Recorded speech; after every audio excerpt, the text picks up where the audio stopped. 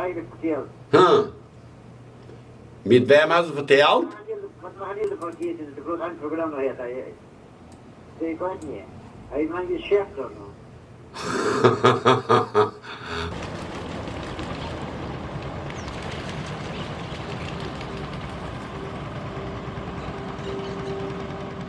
Os imigrantes que vieram para cá,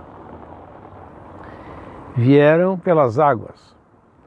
Atravessaram o Atlântico, chegaram até Rio Grande, em grandes navios, e lá para cá, em escunas, em iates, e entraram aqui, atrás de mim, aqui pela barra do Arroio São Lourenço, ou melhor até do Rio São Lourenço. E daqui, então, seguiram mais 20, 25 quilômetros até a Serra dos Tapes, onde ficavam as suas propriedades, ficavam as suas colônias. Mas essa gente que veio da Pomerânia, principalmente da Pomerânia posterior, eram pessoas bastante ortodoxas na sua religiosidade, muito conservadoras.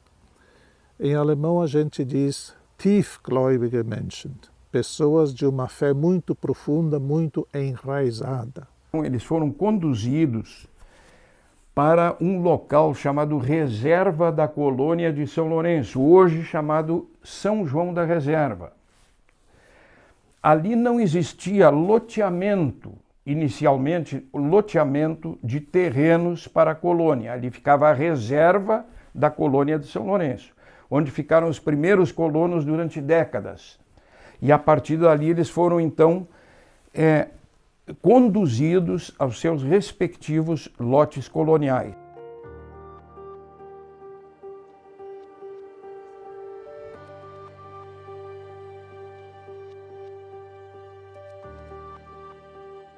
Existia a Pomerânia anterior e a Pomerânia posterior. A maioria dos pomeranos que vieram à nossa região, aqui para o sul do estado, a partir de 1858, provinham da Alemanha posterior. O sistema feudal, com toda aquela série de impostos, já não bastava, né, pagarem por tudo, ainda eram vítimas, né, dos saques dos exércitos estrangeiros. Napoleão guerreou com praticamente toda a Europa e a devastação foi grande. A Pomerânia, uma região pobre, uma região dominada por senhores feudais, ela não tinha muito a oferecer aos seus habitantes.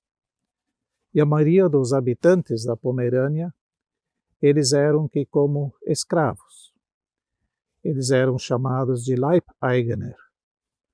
O senhor feudal tinha direitos sobre essas pessoas e elas dependiam em tudo do senhor feudal. O que fez com que a imigração se acentuasse na Pomerânia foi o último grande saque que o Napoleão fez rumo à Rússia, e depois a chamada Revolução dos Tecelões da Silésia, em 1848, que conflagrou aquela região. Então aí a imigração passou a ser algo a ser buscado, até porque eram famílias muito grandes, os antigos senhores feudais começaram a mecanizar as lavouras, começaram a jogar para fora das fazendas, das grandes propriedades, dos grandes latifúndios, os pomeranos.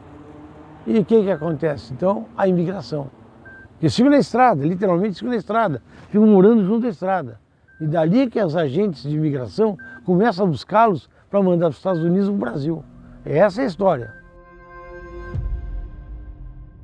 Olá, meu nome é Ayrton Fernando Jepsen, sou licenciado em História pela FURG e convido você a fazer uma viagem pela história do município de São Lourenço do Sul, especificamente falando sobre o povo pomerano e sua história fascinante desde o norte da Europa até a sua chegada aqui no Brasil.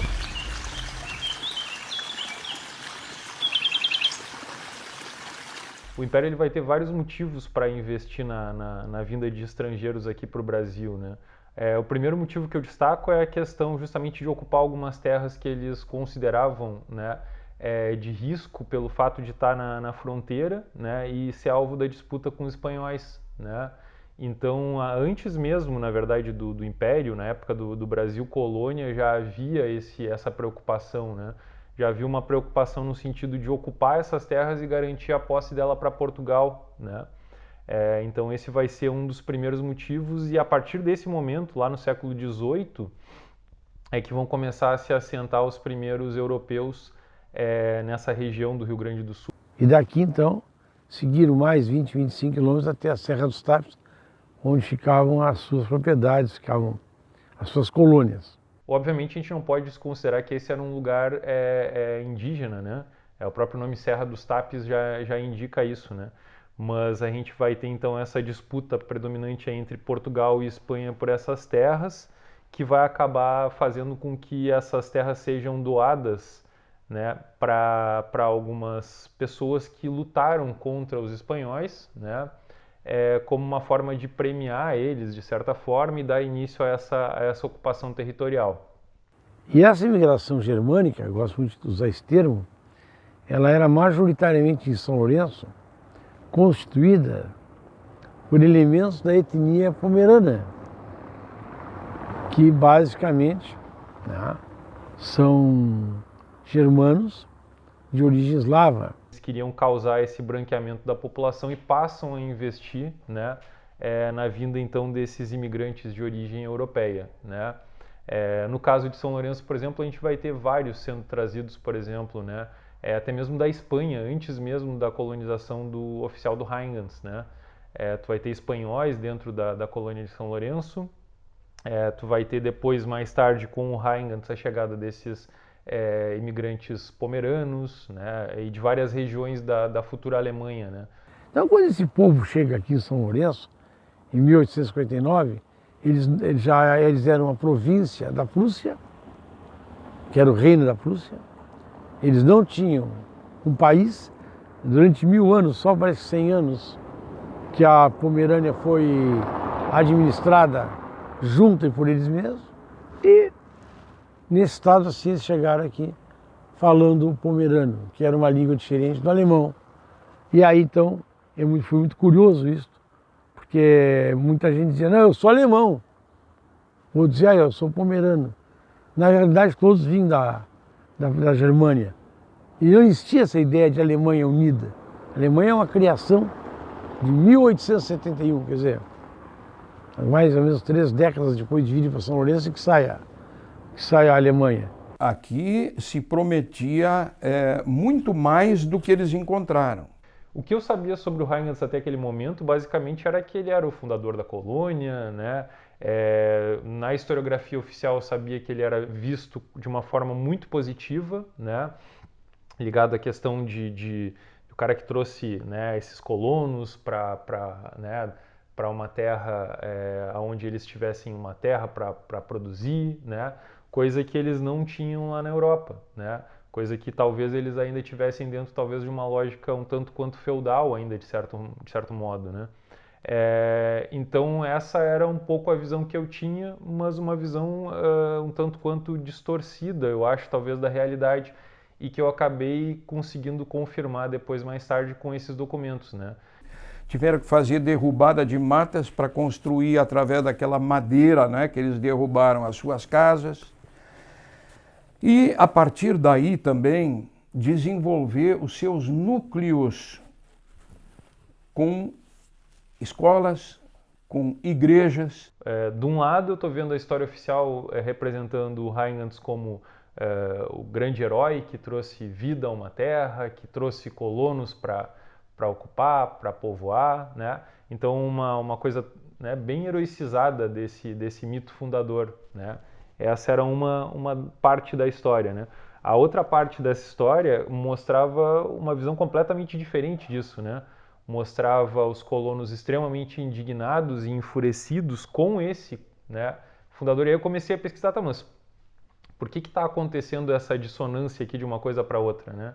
Aí eu comecei a entender, por exemplo, a importância do mito fundador para a história, né? Que é justamente de tu tentar vincular esse mito fundador àqueles valores que tu deseja para a tua população, né? Então tu precisava colocar esse fundador como sendo aquele espelho, aquela coisa perfeita, né? Tu não podia ter esse fundador ligado a valores negativos porque talvez esses valores negativos então refletissem na tua população, né? Então tu precisava dele como um exemplo positivo, né? E não negativo. Então tu começa justamente a ver o porquê, né? De omitir, esquecer alguns documentos e mostrar outras coisas. Então, eles não tinham nenhuma programação, digamos, quanto à instrução e quanto à religião. Eles tiveram que desenvolver. Como não havia pastores formados junto com os imigrantes, o que acontece? Aqueles que sabiam um pouquinho mais sobre a religião, que eram mais religiosos, que tinham uma Bíblia, se transformavam em pastores livres, que eles chamavam. Somente algumas comunidades que eram mais fortes, elas se filiavam à igreja na Alemanha para então poderem receber um pastor.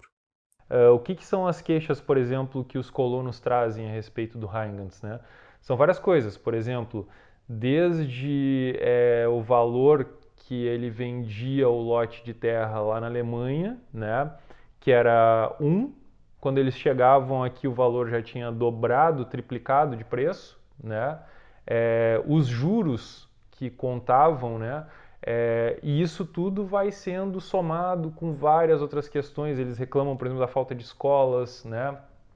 De falta de igrejas. Então eles vão somando uma série de críticas a esse fundador. Porque eles não podiam se dar ao luxo de recorrerem aos serviços dos médicos.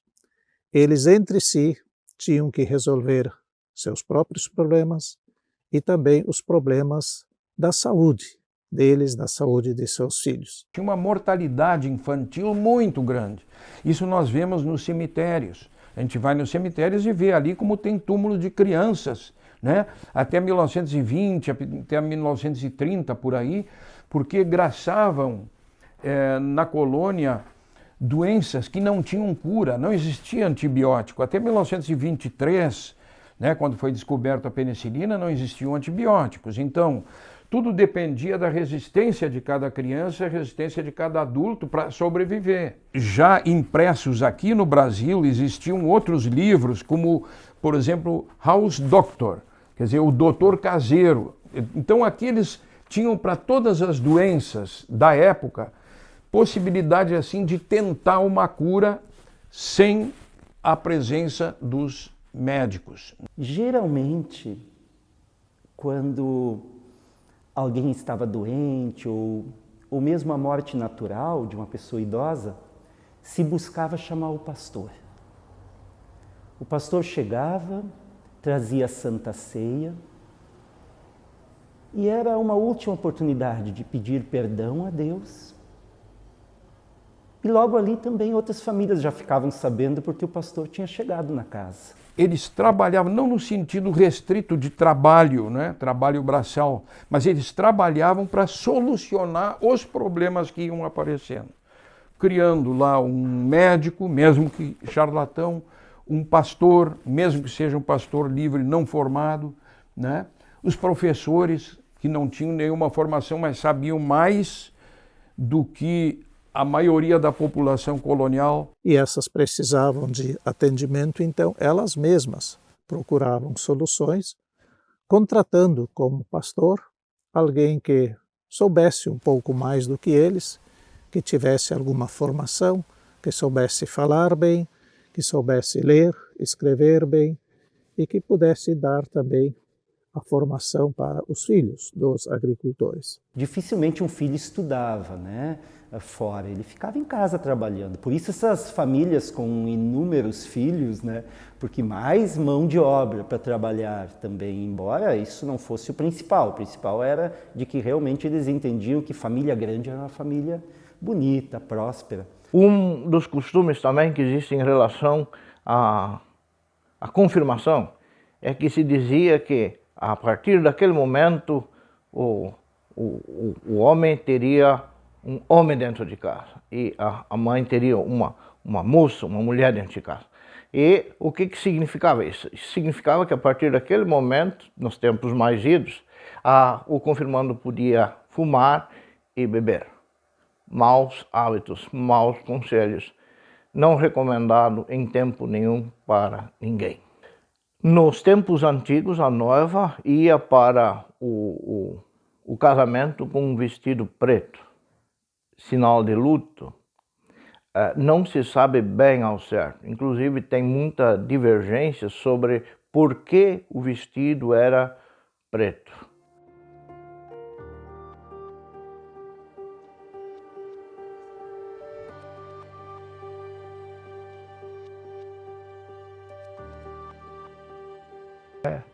Segundo consta através das histórias orais, era uma mortalha. Não era um vestido, era uma mortalha, porque elas casavam de luto, era uma forma de protestar contra aquele sistema que considerava injusto. E tanto que atavam uma fita verde em torno da cintura, que era o sinal, o símbolo da esperança, que esse sistema um dia viesse a acabar. E assim elas casavam de luto, casavam em protesto. Então ali era um ato de revolta, de rebeldia da mulher. No caso específico das pomeranas, né, a gente percebe que são mulheres que trabalham principalmente dentro da agricultura, geralmente em propriedades familiares, né, uma agricultura às vezes orgânica, por vezes em lavouras de fumo, lavouras de soja, batata. São mulheres que trabalham muito com o corpo, assim, é um serviço muito pesado, né?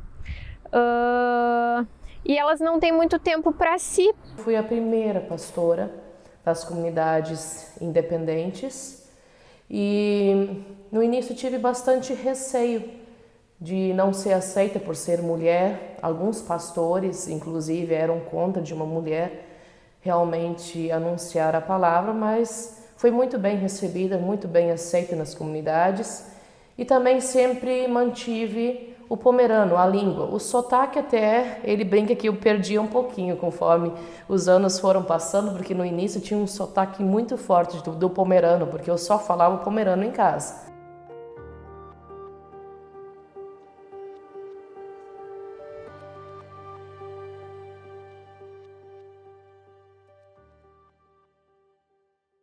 Não é uma língua reconhecida, mas um dialeto que vem de pai para filho, de avô para o pai, e assim, então, para nós seguir mantendo essa nossa cultura, esse nosso não deixar essa língua morrer. Então, foi criado um programa aqui na Rádio Litoral, já fazem 5 anos, todos os domingos, das 8 ao melhor, das 10 às 11 horas, em língua pomerana. É apenas 1 hora por domingo, para a gente, então, tentar assim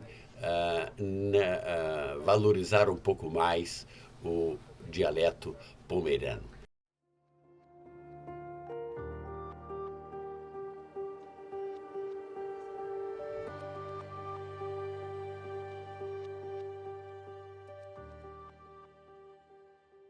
Eu sou Cristiane Siffer-Neufeld, atualmente estou diretora da Escola Martinho Lutero, localizada aqui na Santa Augusta, no 2º Distrito de São Lourenço do Sul.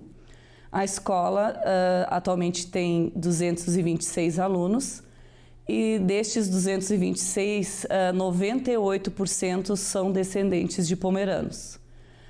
Temos na escola um projeto chamado Pomer Vida, que ele foi construído, elaborado junto com as famílias desde o ano de 2008, ano em que esta escola foi inaugurada, tá? Então é uma escola novinha, ela tem 14 anos, então nesses 14 anos então já estamos trabalhando esse projeto Pomer Vida, que tem o intuito de salvaguardar toda a memória e a história dos pomeranos. Bem länge. Ja, 1828 kunde hemkommen till Deutschland. Und Glück haben wir das nicht gebucht. Nee. Der Eis ist nicht gebucht, aber ich denke, da sind Christen. Das kann man tun. Da kriegst du so lang, kann ich da nicht holen. Ne? pomerano é um povo que às vezes custa um pouquinho a confiar nas pessoas.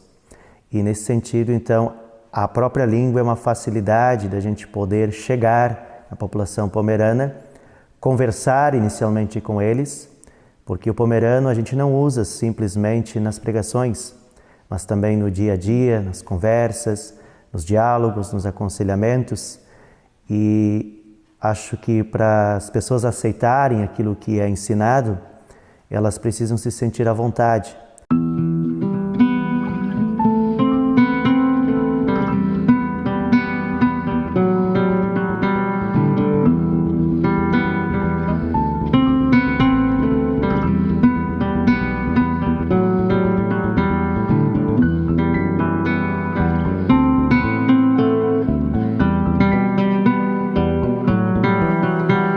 O Caminho Pomerano ele foi criado, esse roteiro de turismo rural Caminho Pomerano foi criado em 2005, em outubro de 2005, oficialmente ele foi criado, com o intuito de buscar valorizar a cultura, os hábitos e os costumes que ainda sobrevivem na colônia de São Lourenço do Sul, né, dos pomeranos, dos alemães, né, deste povo que chegou aqui em 18 de janeiro de 1858. Então esse arroio significa a viabilidade da imigração alemã pomerana para São Lourenço do Sul, significa também a viabilização econômica do município de São Lourenço do Sul. Enfim, sem ele, nós não estaríamos aqui conversando sobre essa história.